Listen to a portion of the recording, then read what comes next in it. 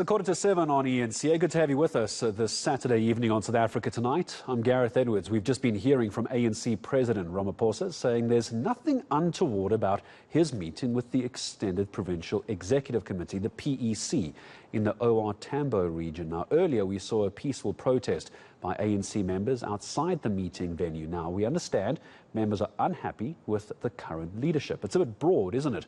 Let's try and drill down a little bit more. Political analyst Bheki Mngomezulu joining us. Bheki, good evening to you. I was actually going to talk to you about political killings, it being a elective year for the ANC, but now that we know about that peaceful protest, it seems even within its own ranks, the ANC not happy with the boss. What did you make of it?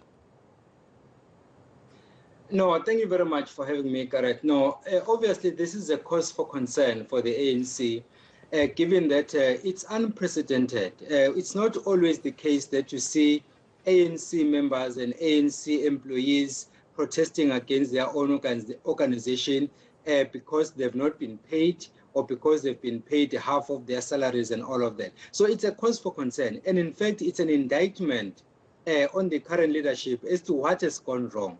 We may look at the Treasurer General of the ANC and ask the questions, but we can also look at the President of the party and ask the question, how come these things are happening under your watch? So it's a cause for concern.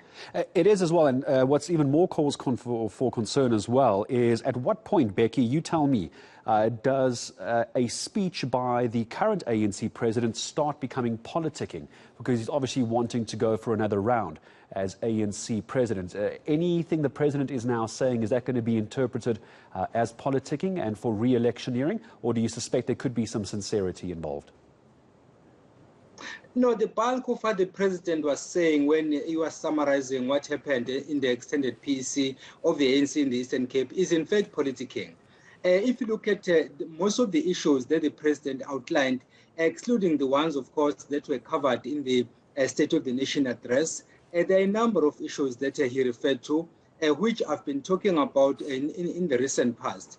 One of them, of course, has to do with the Eastern Cape basically trying to imbibe and repeat what has been happening in KwaZulu-Natal, that of killing members of the party killing one another. And the president has talked about that. But for me, that's not the main issue because it's been on the, on the news for quite a long time. The most important issue that I think drew my attention was when the president was saying that henceforth they are going to fight corruption. And I was asking myself, how many times have I heard that phrase? And then why are we still here if indeed the leadership is serious about this? And what was concerning for me on the other issue that is of basically trying to revive the ANC was that he's still talking about forming a commission. And if you remember that President Ramaphosa finished former President Zuma's term in 2018, and then he started his own term in 2019. This is almost towards the tail end of his first term, and he's still talking about forming a commission that is going to address some of these issues. I think that... How long do you think the ANC electorate are going to listen to plans of fighting corruption? Where's the line in the sand where the ANC electorate are going to decide come next national elections they're not going to bother to pitch up to vote either?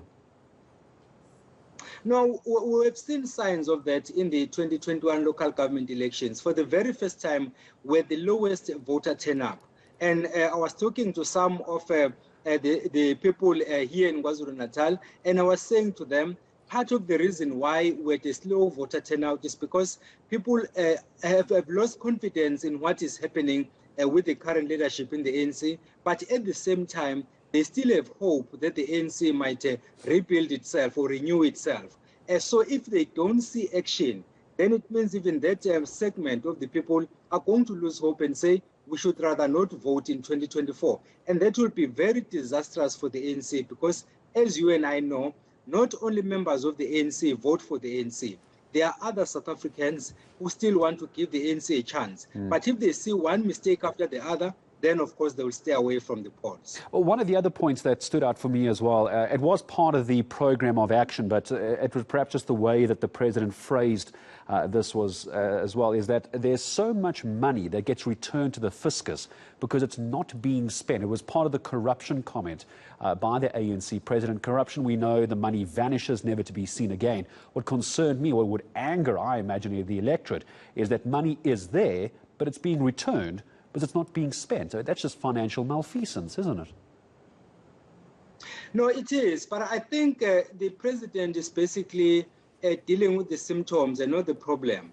For me, the problem has always been there is no political education anymore in the organization. And that is where we are lacking as a country, because the ANC is the governing party. So if there is no political education at a branch level, at a regional level, at a provincial level, you cannot expect people to perform miracles the moment they are elected into positions of power, because they don't have the requisite skills. They don't even have the knowledge about the party. The president kept on referring to the constitution. How many people understand what the constitution of the ANC says? Yeah. So it's not surprising, therefore, that money is returned to the treasury, because people are not able to use the money. Not that they don't want to, they are just unable to use it.